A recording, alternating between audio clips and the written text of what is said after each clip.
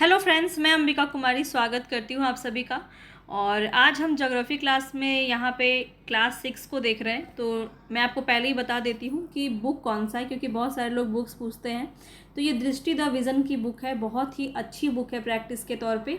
और पूरा एनसीईआरटी आप इससे कवर कर सकते हैं और बहुत ही आसानी से आपको पता भी नहीं चलेगा, आपका पूरा एनसीईआरटी ख़त्म हो जाएगा। इसीलिए इसको मैं आपके लिए लेके आई हूँ। एनसीईआरटी थ्रू क्वेश्चन हम इसमें देखेंगे, जहाँ पे जैसे कि चैप्टर 6 अगर दिया है तो चैप्टर 6 में जितनी बातें आपकी कही गई हैं एनसीईआरटी में, सिर्फ उतनी ही बातों से आपका क्वेश्चन वहाँ पे अराइज किया गया है। उसी डिफ़िकल्टी लेवल के क्वेश्चंस भी आपको देखने को मिलेंगे और धीरे धीरे क्लास हम इंक्रीज़ करते जाएंगे 7, 8, 9, 10। वैसे वैसे आपके एग्ज़ाम का पैटर्न, एग्ज़ाम का लेवल, एग्ज़ाम क्वेश्चंस का लेवल भी आपका टफ होते जाएगा। तो इतनी बातें तो आपको समझ में आ गई होंगी। हमने क्लास 6 को कंप्लीट कर लिया है, मात्र 3 दिनों में आपका पूरा क्लास 6 कंप्लीट हो गया है। पहला दिन तो मैंने जस्ट आपको सिर्फ बताने के लिए किया था, जो कि सिर्फ एक ही चैप्टर हमने वहाँ पे कंप्लीट किया था। उसके बाद हमने 2 दिन में पूरा क्लास चैप्टर 8 तक हमने कंप्लीट कर लिया है क्लास 6 का। अब हम देखने वाले हैं, देखिए यहाँ पे देश और उनके निवासी में अफ्रीका, दक्षिण अमेरिका, ऑस्ट्रेलिया और अंटार्कटिका से आपके क्वेश्चन पूछे जाते हैं। जो मोस्ट इंपॉर्टेंट क्वेश्चन है ना, यहाँ से आपके बनते हैं, चाहे 1 to 5 हो। मैं बता देती हूँ 1 to 5 से लेके 12 तक के जितने भी एग्ज़ाम आपके बीपीएससी में होते हैं, वहाँ पे ये आपके एग्ज़ाम बहुत ही ज़्यादा इंपॉर्टेंट होंगे, उतने ही ज़्यादा बेनिफिशियल ये क्लास आपके लिए होगी। तो आप मेरे साथ जुड़ सकते हैं। अगर आप चैनल पे नए हैं तो सब्सक्राइब करके बेल आइकन प्रेस कर लीजिएगा, तभी मेरे वीडियोस आपको सही टाइम पे मिल पाएंगे। अब हम यहाँ पे क्वेश्चंस पे चलते हैं। अफ्रीका से रिलेटेड क्वेश्चंस हम देखेंगे, बहुत ही इंपॉर्टेंट सेशन होगा और इसके बिल्कुल भी मत कीजिएगा। अफ्रीका से आपका बहुत सारा क्वेश्चन पूछा जाता है और आज हम इसको बहुत अच्छे से ख़त्म कर लेंगे, ठीक है। तो मैं आपको सही मार्ग दिखा रही हूँ और सही रास्ते पे आपको लेके चल रही हूँ। आपके लिए भी ये ज़रूरी है कि आप इसको मेहनत से करें और एक बार नहीं बल्कि इसका नोट्स बना लें। आप नोट्स बना के इसको बार बार रिवीजन कीजिए, तभी इस क्लास को देखने का आपको फ़ायदा मिलेगा। एक बार सिर्फ क्लास देखने से आपको फ़ायदा नहीं मिलेगा, क्योंकि आप 2 से 3 दिन में सारी चीज़ें भूल जाओगे। इसीलिए आपको जो है नोट्स मैं बोलती हूँ बनाने के लिए, या नहीं तो फिर आप बार बार यानी 3 से 4 बार आपको वीडियोस को देखना पड़ेगा, तब आप चीज़ों को याद रख पाएंगे अच्छे से, ठीक है। तो अभी हम स्टार्ट करते हैं, क्वेश्चंस की तरफ बढ़ते हैं। चलिए आ गए हम क्वेश्चन की तरफ और यहाँ पे देख सकते हैं अफ्रीका से क्वेश्चन हम सबसे पहले लेंगे। बहुत इंपॉर्टेंट रहेगा, यहाँ से बीपीएससी बहुत ज़्यादा क्वेश्चन पूछता है, तो ये आपको देखना बहुत ज़्यादा ज़रूरी है। अफ्रीका हो गया। ऑस्ट्रेलिया से पिछली बार क्वेश्चन आपका आया था, जैसे प्यासी धरती वाला क्वेश्चन आया था। अफ्रीका से भी आपका जो है क्वेश्चन बहुत ज़्यादा पूछा जाता है, तो हम सभी को कंप्लीट देखेंगे। कुछ कहा नहीं जा सकता कि क्या क्वेश्चन आपका पूछा जाएगा, इसीलिए हम कुछ भी छोड़ेंगे नहीं। और आज हमारा पहला ये क्वेश्चन देख लेते हैं, यहाँ से स्टार्ट करेंगे। अफ्रीका महाद्वीप यूरोप से किन स्थलाकृतिक संरचनाओं के द्वारा अलग होता है? तो यहाँ बताना है अफ्रीका महाद्वीप जो है वो यूरोप से किस प्रकार अलग होता है, क्या किस जल संधि के द्वारा अलग होता है, ठीक है। तो ये आपको यहाँ पे बताना है। तो देखिए जिब्राल्टर जो है, जिब्राल्टर और भूमध्य सागर, ये दोनों ही आपका सही हो जाएगा। जिब्राल्टर जल संधि और भूमध्य सागर, ये दोनों से ही अफ्रीका महाद्वीप यूरोप से अलग होता है, ठीक है। तो यहाँ पे आपका ए ऑप्शन बिल्कुल सही हो जाएगा। आगे चलते हैं। आगे यहाँ पे अफ्रीका महाद्वीप, इसको आप नोट कर लीजिए, काफ़ी इंपॉर्टेंट है। अफ्रीका महाद्वीप यूरोप महाद्वीप से भूमध्य सागर एवं जिब्राल्टर जल संधि के द्वारा अलग होती है। अब देखिए कहाँ से किस तरह से अलग होती है, ये भी आपको जानना ज़रूरी है। तो जिब्राल्टर जल संधि स्पेन को अफ्रीका महाद्वीप के मोरक्को से अलग करती है तथा भूमध्य सागर उत्तरी अटलांटिक महासागर से जोड़ती है। तो क्वेश्चन आपसे ऐसा पूछा जा सकता है। चलिए आगे बढ़ते हैं। यहाँ पे बताना है ये क्वेश्चन, देखिए स्वेज नहर से भी क्वेश्चन आपका पिछली बार पूछा गया है, तो इसको बहुत ही आपको डिटेल में देखना है, ध्यान से देखना है, कुछ भी आपका पूछा जा सकता है। तो यहाँ पे देखिए बताएंगे निम्नलिखित में से कौन सी स्थलाकृति एशिया महाद्वीप को अफ्रीका महाद्वीप से अलग करती है? एशिया महाद्वीप को अफ्रीका महाद्वीप से अलग करती है, तो कौन सा जो है यहाँ पे आपका राइट ऑप्शन हो जाएगा? तो देखिए स्वेज नहर हो जाएगा, लाल सागर भी हो जाएगा और बाब एल मंदेव जल संधि भी हो जाएगा। देखिए आपका अगर ऐसे क्वेश्चन आ गया और आप इसका फैक्ट नहीं जान रहे हैं ना, तो आप बिल्कुल भी ऐसे क्वेश्चन को सही नहीं कर सकते हैं। कोई भी तुक्का ऐसे तीन ऐसे सारे इनमें से सभी सही नहीं लगा पाएगा, कोई एक ही सोचेगा, कोई एक ही है जो अब अलग करती होगी, जिनको नहीं पता होगा। इसीलिए आपको सारे फैक्ट को जानना ज़रूरी है। तो यहाँ पे 1 2 3 तीनों सही है। यहाँ पे सी ऑप्शन आपका यहाँ पे सही हो जाएगा। तो इसका जो यहाँ पे देखिए आपको जो एक्सप्लेनेशन दिया है ये काफ़ी इंपॉर्टेंट होता है, एडिशनल जानकारी आपको यहाँ से मिलती है, और जो इम्पॉर्टेंट है उसे आप नोट भी करते हुए चलिएगा। अफ्रीका महाद्वीप एशिया महाद्वीप से लाल सागर, स्वेज नहर और बाब एल मंदेब जल संधि के द्वारा अलग होती है। स्वेज नहर क्या है, तो लाल सागर को भूमध्य सागर से जोड़ती है, ये आपको नोट करना है। अरब के सनई प्रायद्वीप को अफ्रीका महाद्वीप से अलग करती है। स्वेज नहर के उत्तरी छोर पर पोर्ट सईद और दक्षिणी छोर पर पोर्ट स्वेज अवस्थित है। बाब एल मंदेब जल संधि जो है ये लाल सागर को अरब सागर की अदन की खाड़ी से जोड़ती है तथा अफ्रीका महाद्वीप के जबूती और सोमालिया को अरब प्रायद्वीप के यमन से अलग करती है। तो ये यहाँ पे आपका जो है आपका दिया हुआ है बॉर्डर से आपका क्वेश्चन। चलिए आगे बढ़ते हैं। निम्नलिखित में से कौन सा अफ्रीका महाद्वीप का सबसे ऊंचा शिखर है? ऐसा क्वेश्चन आपसे बहुत ज़्यादा उम्मीद है पूछा जाएगा, और राइट ऑप्शन यहाँ पे आपका क्या हो जाएगा, माउंट किलिमंजारो। किलिमंजारो जो है वो अफ्रीका महाद्वीप का सबसे ऊंचा शिखर है, ध्यान रखेंगे। डी ऑप्शन आपका बिल्कुल सही हो जाएगा। ठीक है, अफ्रीका महाद्वीप पठार जैसा दिखाई देता है। अफ्रीका का पठार दक्षिण और पूर्व में अपेक्षाकृत ऊंचा है। अफ्रीका के पूर्वी भाग में कुछ ज्वालामुखी पर्वत शिखर हैं, और किलिमंजारो जो है वो एक ज्वालामुखी पर्वत है, ये भी ध्यान रखेंगे। और ये इस सर्वोच्च शिखर का माउंट जो है, माउंट किलिमंजारो जो है सबसे ऊंचा शिखर माना जाता है। चलिए आगे बढ़ते हैं नेक्स्ट क्वेश्चन पे। अफ्रीका महाद्वीप के किस भाग में एटलस पर्वत का विस्तार है, ये बताना है आपको। उत्तर पश्चिमी भाग, दक्षिणी भाग, उत्तर पूर्वी भाग या मध्य भाग। तो यहाँ पे आपका राइट ऑप्शन हो जाएगा उत्तर पश्चिमी भाग। ए ऑप्शन आपका बिल्कुल सही हो जाएगा। ठीक है, तो यहाँ पे जो इम्पोर्टेंट है उसको देख लीजिए। अफ्रीका में 2 छोटी पर्वत श्रेणियाँ हैं। उत्तर पश्चिमी में एटलस पर्वत, और दूसरी पर्वत श्रेणी इस महाद्वीप के दक्षिण पूर्वी तट पर है, डेकेनबर्ग पर्वत। ठीक है, डेकेन्सबर्ग पर्वत। तो एटलस पर्वत जो है अफ्रीका का नवीन मोरदार पर्वत है तथा इस पर्वत का विस्तार मोरक्को, अल्जीरिया और ट्यूनीसिया तक है। माउंट बोटकल जो है एटलस पर्वत की सबसे ऊंची चोटी है। जो यहाँ पे आपको इम्पॉर्टेंट लगा वो आप ज़रूर इसको नोट कर लीजिए। महान भ्रूभ्रंश घाटी बताएंगे किस महाद्वीप के विशेष भौतिक लक्षण हैं? तो अफ्रीका महाद्वीप के, यहाँ पे ए ऑप्शन आपका बिल्कुल सही हो जाएगा। आगे चलते हैं। नेक्स्ट क्वेश्चन है यहाँ पे, किस झील से नदी निकलती है बताना। निम्नलिखित में से किस झील से नदी निकलती है? नील नदी निकलती है। ये क्वेश्चन आपका फिर इंपॉर्टेंट है। नील नदी किस झील से निकलती है? और राइट ऑप्शन हो जाएगा विक्टोरिया झील से। सी ऑप्शन आपका यहाँ पे बिल्कुल सही हो जाएगा। आगे बढ़ते हैं नेक्स्ट क्वेश्चन पे। नीचे दिए गए किस सागर महासागर में नील नदी के द्वारा डेल्टा का निर्माण किया जाता है? नील नदी के द्वारा डेल्टा का निर्माण किस सागर से या महासागर से मिलकर किया जाता है? तो यहाँ पे आपका राइट ऑप्शन क्या हो जाएगा, भूमध्य सागर से। ठीक है, इसको आप ज़रूर नोट कर लीजिएगा। भूमध्य सागर यहाँ पे बिल्कुल सही है। नील नदी जो है सहारा रेगिस्तान की बहुत लंबी यात्रा करती हुई भूमध्य सागर में विशाल डेल्टा का निर्माण करती है। प्राचीन सभ्यता का विकास भी नील नदी घाटी से हुआ है, और श्वेत नील एवं नीली नील इसकी सहायक नदियां हैं। आगे बढ़ते हैं नेक्स्ट क्वेश्चन पे। विक्टोरिया झील के संदर्भ में यहाँ पे आपको जो 2 कथन दिए हैं इसको बताना है। विक्टोरिया झील अफ्रीका की सबसे बड़ी झील है, बिल्कुल सही है।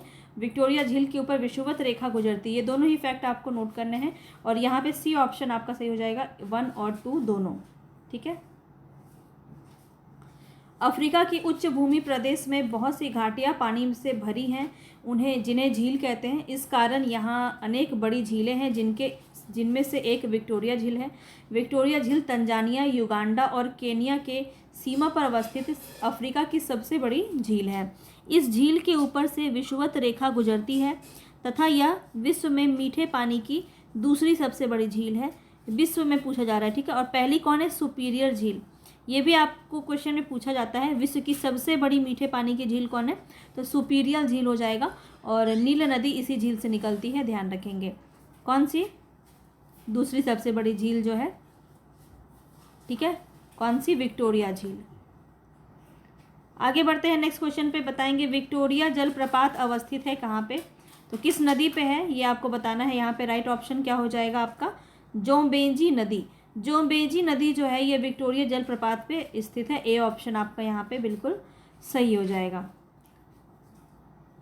चलिए, इससे ज़्यादा आपका जो है यहाँ पे नहीं पूछा जाएगा। एक बात इस पे ध्यान रखिए कि ये जो है विक्टोरिया जलप्रपात का निर्माण करती है यह नदी, और यहाँ यह जलप्रपात जो है उत्तर अमेरिका के प्रसिद्ध नियाग्रा जलप्रपात से भी ऊंचा है और चौड़ा है। ठीक है, चलिए आगे बढ़ते हैं। विश्व का सबसे बड़ा मरुस्थल, ये तो सबको ही पता होगा, सहारा मरुस्थल। बी ऑप्शन आपका बिल्कुल सही है। तो अफ्रीका महाद्वीप का ये क्वेश्चन आपका कितनी बार पूछा गया है, तो इसको ये तो आप सही ही करेंगे वैसे। अफ्रीका महाद्वीप का लगभग 1/3 भाग मरुस्थल है, जहाँ सहारा संसार का सबसे बड़ा मरुस्थल है। यह उत्तरी अफ्रीका में फैला हुआ है। दक्षिणी अफ्रीका में आपका कालाहारी है। ऐसे तो आपका देखिए कालाहारी देता है और ऑप्शन में अफ्रीका रहता है, तो वो भी आपका सही हो जाएगा। अगर डिटेल से पूछा गया कि उत्तर अफ्रीका या दक्षिण अफ्रीका, तो ध्यान रखेंगे दक्षिण अफ्रीका कालाहारी हो जाएगा और उत्तरी अफ्रीका में आपका सहारा हो जाएगा। तो ये दोनों को आपको इसी तरह से नोट करना है। आगे बढ़ते हैं। देखिए नेक्स्ट क्वेश्चन है यहाँ पे, अफ्रीका में नील और जायरे को छोड़कर दूसरी नदियाँ नाव या स्टीमर चलाने योग्य भी नहीं है। क्या ये कथन आपका सही है? तो पहला कथन तो आपका सही है। नील और जायरे नदियों के अलावा अफ्रीका की अन्य नदियों में पानी की मात्रा बहुत कम है। तो ये जो रीज़न दिया है ना इसमें, ये रीज़न आपका गलत है। तो यहाँ पे आप देख सकते हैं एक सही है, यानी कि ए सही है और आर गलत है। तो यहाँ पे आप इसका एक्सप्लेनेशन देखिए तो आप अच्छे से बेहतर समझ पाइएगा। नील और जायरे को छोड़कर अफ्रीका की दूसरी नदियाँ नाव या स्टीमर चलाने योग्य नहीं है। इसका कारण यह है कि नदियाँ ऊंचे पठारी भागों से नीचे तटीय भागों की ओर उतरते समय जलप्रपात बनाती है, और इसी कारण से नाव या जलयान इस नदियों में ज़्यादा दूर तक नहीं जा सकते हैं। लेकिन इन नदियों के जलप्रपात में जल विद्युत का उत्पादन किया जा सकता है। तो यह ऐसा रीज़न नहीं था कि वहाँ पे पानी कम है, पानी कम नहीं है, बल्कि वहाँ पे ज़्यादा से ज़्यादा जलप्रपात देखने को मिलते हैं। तो इसलिए वहाँ पे नाव चलाना जो है सुगम नहीं है। आगे बढ़ते हैं नेक्स्ट क्वेश्चन पे। ये क्वेश्चन है आपका, निम्नलिखित में से जिस जगह विश्व का सबसे अधिक तापमान दर्ज किया गया है, कौन सा ऐसा जगह है जहां सबसे अधिक तापमान दर्ज किया गया है? तो मृत घाटी, संयुक्त राष्ट्र अमेरिका। ये क्वेश्चन भी आपका पूछा जाता है। मृत घाटी, ध्यान रखेंगे, अफ्रीका महाद्वीप उष्णकटिबंधीय क्षेत्र में फैला हुआ है। यहाँ लगभग साल भर बहुत ऊंचा तापमान रहता है।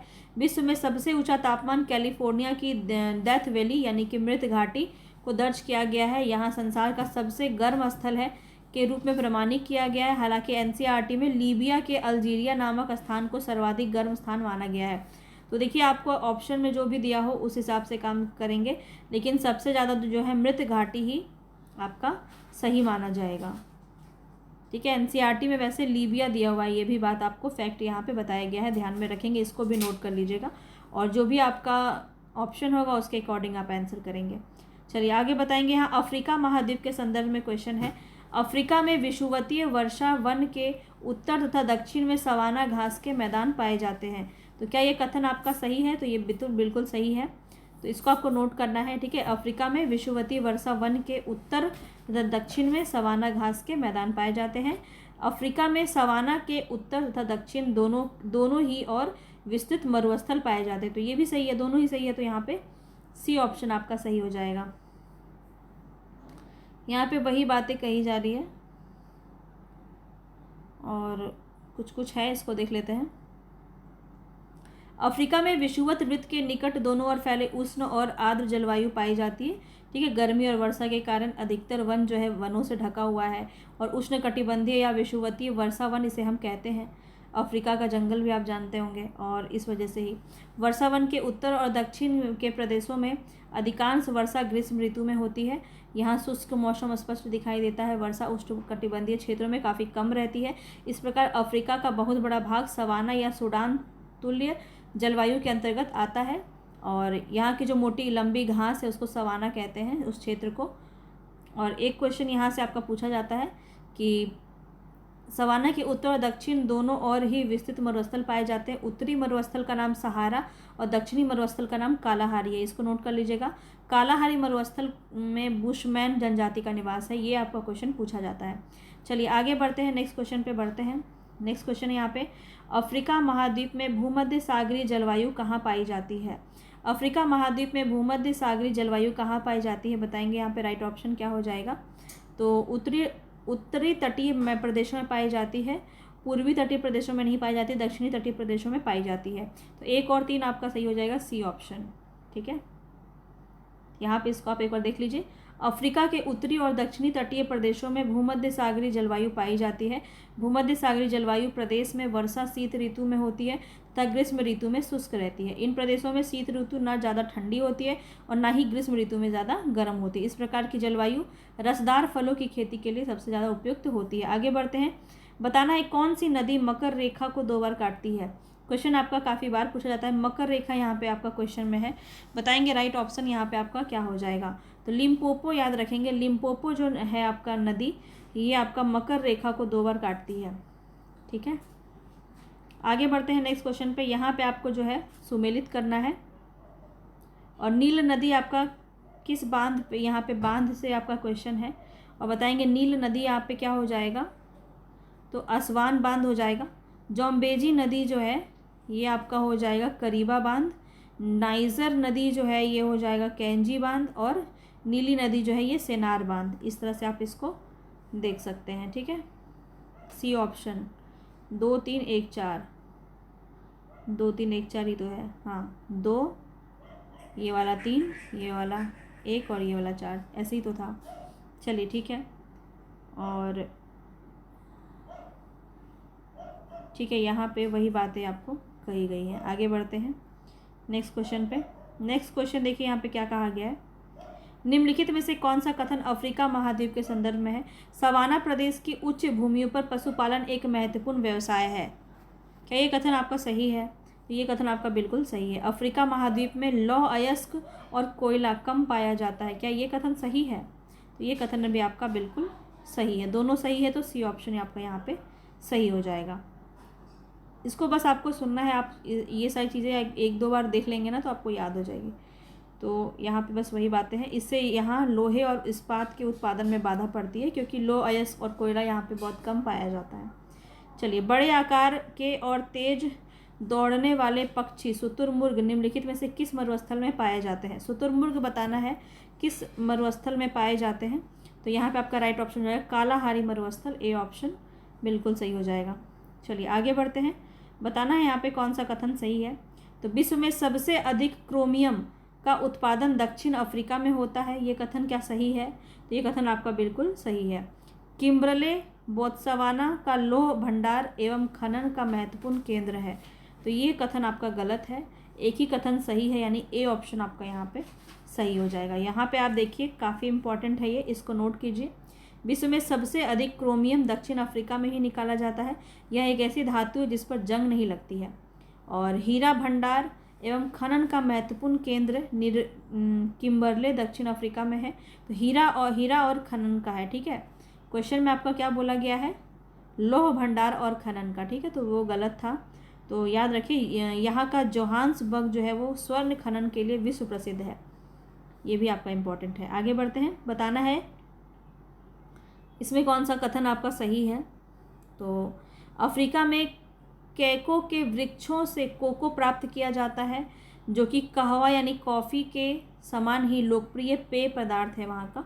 तो ये कथन आपका बिल्कुल सही है। अफ्रीका पश्चिम अफ्रीका के देश नाइजीरिया, घाना और आइवरी कोस्ट कोको का काफ़ी मात्रा में निर्यात करते हैं, तो ये भी सही है। दोनों ही कथन यहाँ पे सही है। तो कितनी सारी बातें आज आपको ऑस्ट्रेलिया के बारे में, अफ्रीका के बारे में समझने में आ रही होंगी।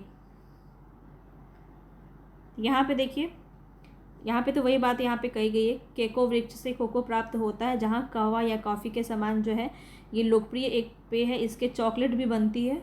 और केको के वृक्ष विषुवतीय निम्न भूमि प्रदेश में उगते हैं।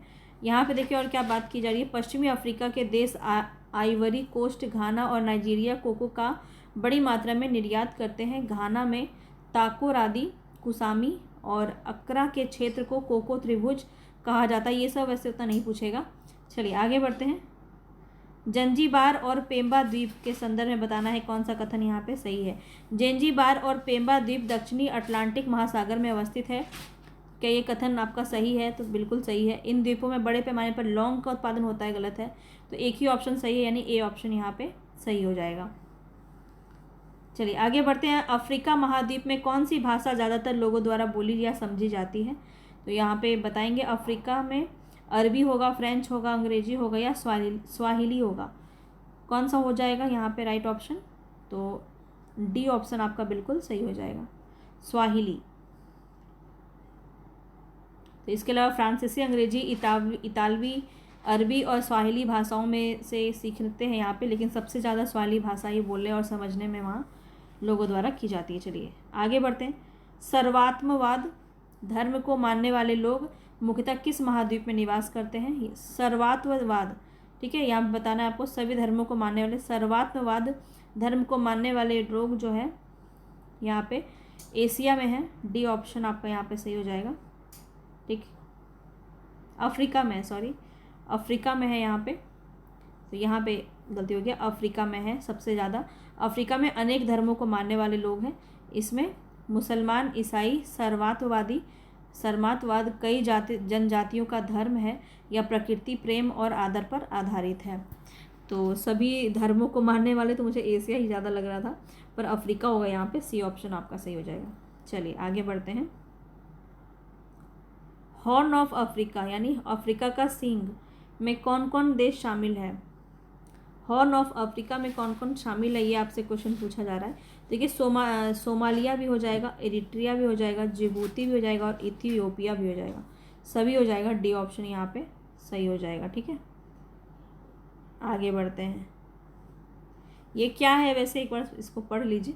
अफ्रीका का सींग पूर्वी अफ्रीका का एक प्रायद्वीप है जो अरब सागर और अदन की खाड़ी की दक्षिणी किनारे पर स्थित है और मानचित्र पर इसका स्वरूप एक सींग के आकार समान लगता है देखने में, इसलिए इसका नाम जो है ऐसा पड़ा है। चलिए समझ गए होंगे अब आप। आगे बढ़ते हैं।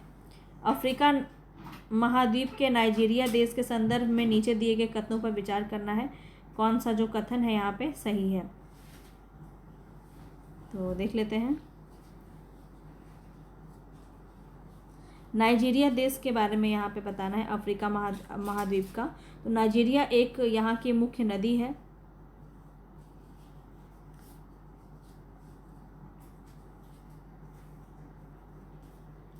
नाइजीरिया यहाँ की मुख्य नदी है, तो ये आपका सही है।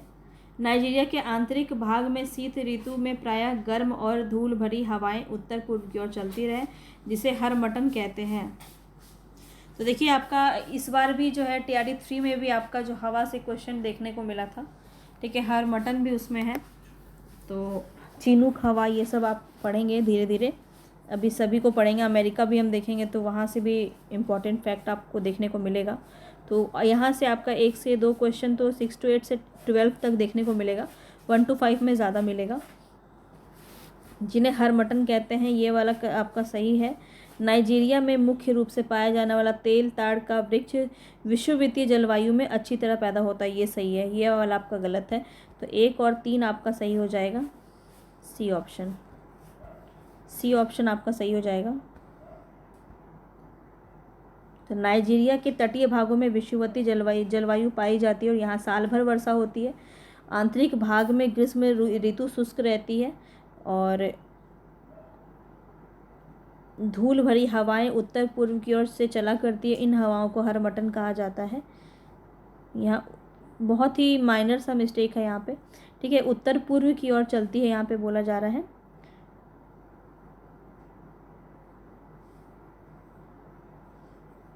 आगे देखिए, नाइजीरिया को तेल ताड़ का देश भी कहा जाता है। तेल ताड़ का वृक्ष विषुववृत्तीय जलवायु में अच्छी तरह से पैदा होता है। इस पेड़ पर फल गुच्छे में लगते हैं और फलों के बीच से गुद्दे से तेल निकाला जाता है। चलिए आगे बढ़ते हैं। नील नदी का उपहार किसे कहते हैं, ये क्वेश्चन आपका पूछा जा सकता है। अफ्रीका महाद्वीप के किस देश को नील नदी का उपहार कहते हैं? तो यहाँ पे आपका राइट ऑप्शन क्या हो जाएगा, मिस्र, ठीक है। चलिए आगे बढ़ते हैं। बताना है अफ्रीका के किस देश में अप्रैल और मई में गर्म शुष्क और धूल भरी हवाएं चलती हैं, जिसे जिन हवाओं को खमसिन कहते हैं। अफ्रीका के किस देश की ये हवा है? तो बताएंगे यहाँ पे राइट ऑप्शन हो जाएगा मिस्र। डी ऑप्शन यहाँ पे आपका बिल्कुल सही है, तो इसको याद रखिए, ठीक है। मिस्र भी याद रखिए, खमसिन हवा से, क्योंकि हवाओं से क्वेश्चन आपका पूछा गया है इस बार ही, तो हो सकता है पूछा जा सकता है, या मरुस्थल से भी क्वेश्चन आपका पूछा जा सकता है, ध्यान रखेंगे। मिस्र जो है विशाल सहारा मरुस्थल का ही एक भाग है, ध्यान रखेंगे। और आगे बढ़ते हैं। दक्षिण अफ्रीका के संदर्भ में नीचे दिए गए कथनों में कौन सा कथन जो है असत्य है? असत्य बताना है यहाँ पे, तो देख लेते हैं। दक्षिण अफ्रीका के संबंध में, दक्षिण अफ्रीका एक ओर से अटलांटिक महासागर तथा दूसरी ओर से हिंद महासागर से घिरा हुआ है। क्या ये कथन आपका सही है? तो ये आपका सही है, लेकिन आपको गलत बताना है। दक्षिण अफ्रीका की मैरिनो भेड़ अच्छी किस्म की ऊन के लिए विख्यात है, तो ये भी आपका कथन सही है। दक्षिण अफ्रीका के दक्षिणी भाग में डेक्कनबर्ग्स पर्वत स्थित है, तो ये गलत है, इसीलिए सी ऑप्शन आपका सही हो जाएगा। और ये भी आप ध्यान रखेंगे कि यहाँ पाए जाने वाला शीतोष्ण कटिबंधीय घास के मैदान को वेल्ड कहते हैं। इम्पॉर्टेंट है, ये वाला पूछा जाता है, तो नोट करेंगे उसको। और यहाँ पे तो ये बातें हमने अभी देख ली।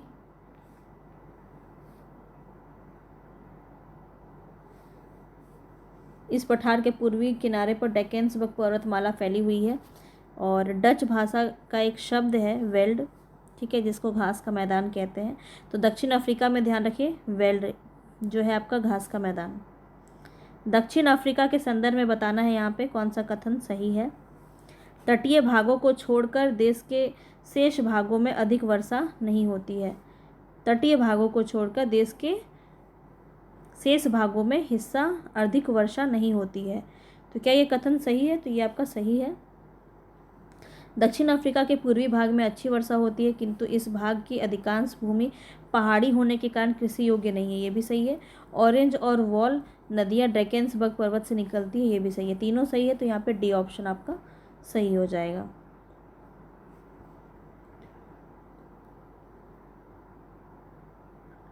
नेक्स्ट है, देखिए यहाँ पे आपका सुमेलित करना है।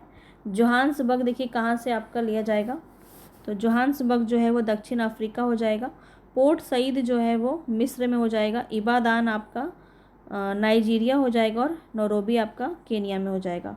इसको अच्छे से आप नोट कर सकते हैं, यहाँ से क्वेश्चन आपका पूछा जा सकता है, ठीक है। अब यहाँ से एक बार देख लीजिए, जोहान्सबर्ग दक्षिण अफ्रीका का सबसे बड़ा नगर है।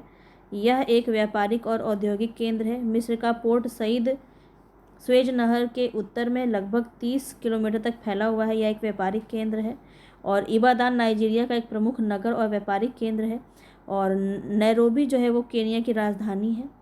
तो यहाँ से आपका पूरा अफ्रीका से जितने भी क्वेश्चंस बन सकते थे उसको हमने देखे कंप्लीट। और दक्षिण अफ्रीका ये हम कल देखते हैं, ठीक है। आज हम इतना ही करते हैं। दक्षिण अफ्रीका और ऑस्ट्रेलिया और अंटार्कटिका ये हम कल देखेंगे, कंप्लीट कर लेंगे इसको। और परसों से हमारा 7 वाला क्लास स्टार्ट हो जाएगा। तो यहाँ तक आपका क्वेश्चंस कैसा क्वेश्चंस था? लेवल तो बहुत अच्छा था क्वेश्चंस का। और समझ में आया या नहीं, नोट्स ज़रूर बनाइएगा इसका, ताकि आपको लास्ट टाइम पे अच्छे से आप इसका रिवीजन कर सकें। मिलेंगे नेक्स्ट वीडियो में, तब तक के लिए धन्यवाद।